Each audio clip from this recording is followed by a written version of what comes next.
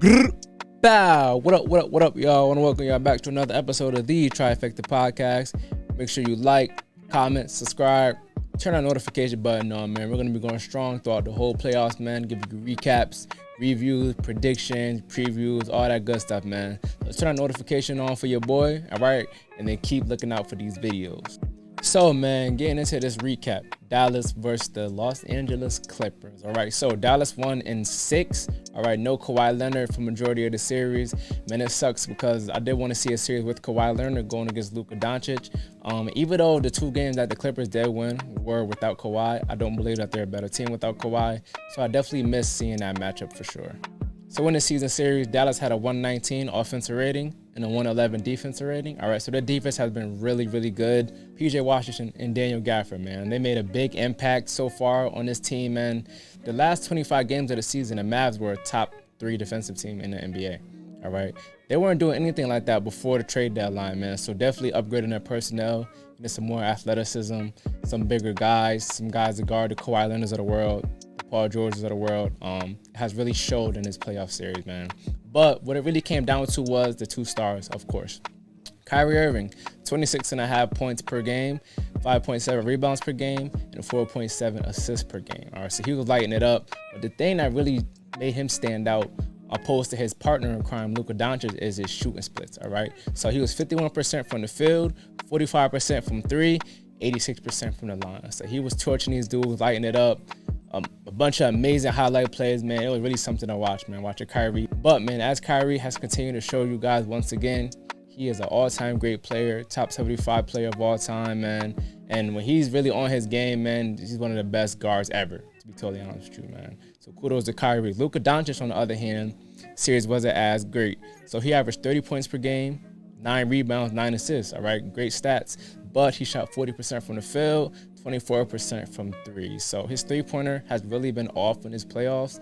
His lack of speed has really been a hindrance to him and the Dallas Mavericks, man, because he doesn't play fast.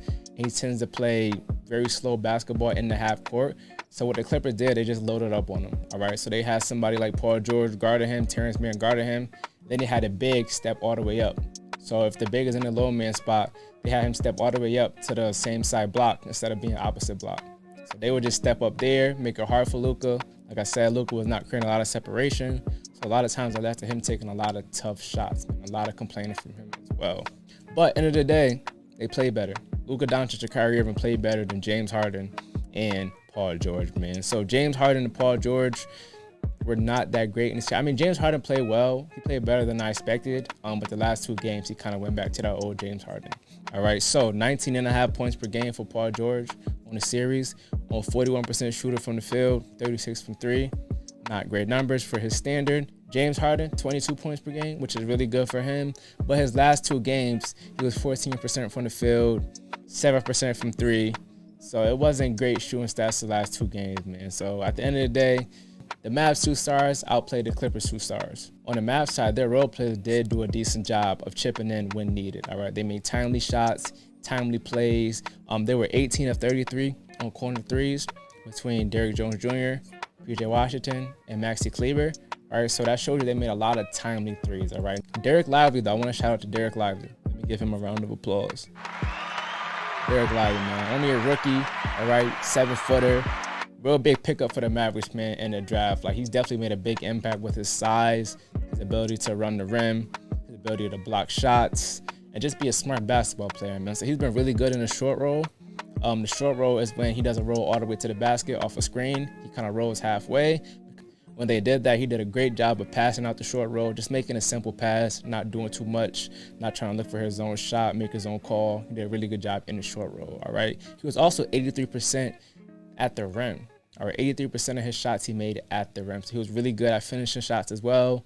Big lob threat, good at duck-ins, good at just dump-offs and easy layups, man, using his size to his advantage. Another stat for you guys. He was top 15 in the playoffs in defensive rebounding percentage. Top 15 also in offensive rebounding percentage, all right? This is for guys that played 15 or more minutes, all right? So this is not for the bench warmers, all right? He played significant minutes for the Dallas Mavericks and actually outplayed Daniel Gafford, all right? I think Daniel Gafford does the same thing, and Derek Lively as well. He's just more of a veteran player. He's been in the league a lot longer. But, man, shout out to Derek Lively, man. He really impressed me with his passing, with his shot blocking, with his finishing ability, and I look forward to seeing him in the future. All right, so next up, we got OKC versus New Orleans Pelicans, man. So, it was a clean sweep. They got the brooms out very early on these dudes, man, and it was a straight-up defensive masterclass, man. So, they held the New Orleans Pelicans to 39% shooting from the field, while they shot 48% from the field. All right, so they were just locking these dudes up. New Orleans only averaged 89.5 points per game in 2024, which is insane. So that shows you right there, not only was the Thunder's defense on point, but New Orleans' offense was not on point, man. And you can see it in the numbers here. So Brandon Ingram, 14 points per game. Shot 34% from the field, 25 from 3. So Lou Dort, the torture chamber. It was a torture chamber for Brandon Ingram, man. He was put under the jail cell, in handcuffs. Like, it was bad, man. Lou Dort did a number on Brandon Ingram, man. He couldn't do anything. He couldn't get assists. He couldn't get buckets. His field goal percentage was way down, man. Lou Dort did his thing, man.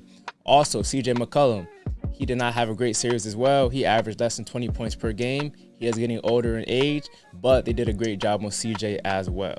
So the Pelicans averaged 17 turnovers per game in this series. All right, so the Thunder were getting out in transition, turning these guys over, running, using their youth and athleticism to get out in transition. All right, I expected this to happen because the Thunder were a top 5 team in transition the whole season. So New Orleans actually helped the Thunder in that category by turning the ball over and being so reckless and careless with the basketball.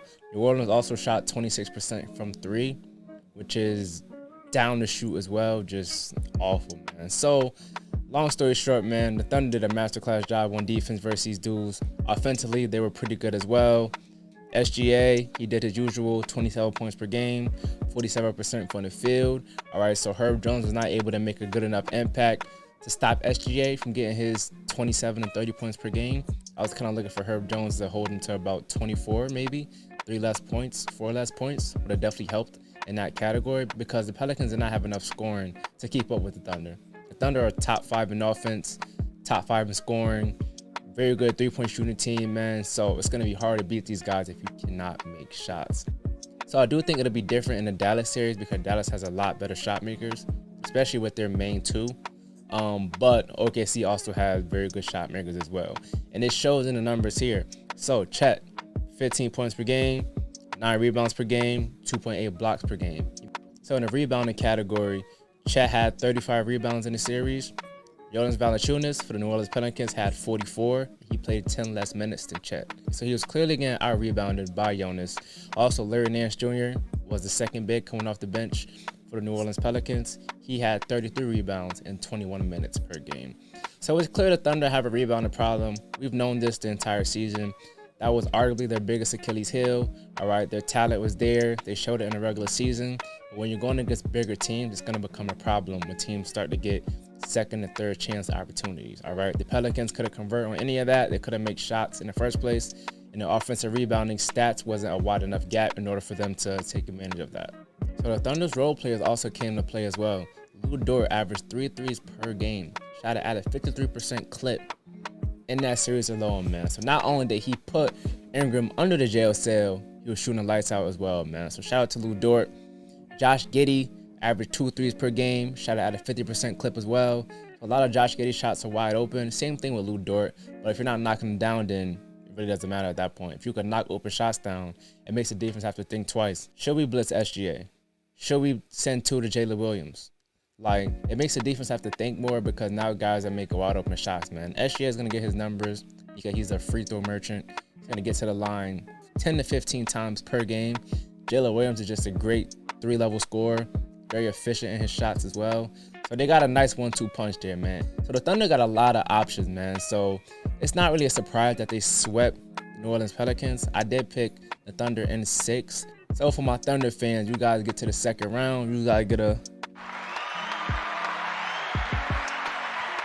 round of applause, man. Really good job, man. You guys are ahead of schedule. You got a lot of young dudes, man. SJ is leading that group. He's like, what, 25? Everybody else is younger than him. So kudos to the Thunder, man. For my Pelicans fans, I can never give you a boo. You were down your best player, so, you know, I give you a pass on this one. But you do need to retool in the regular season and kind of see where you want to go in the future.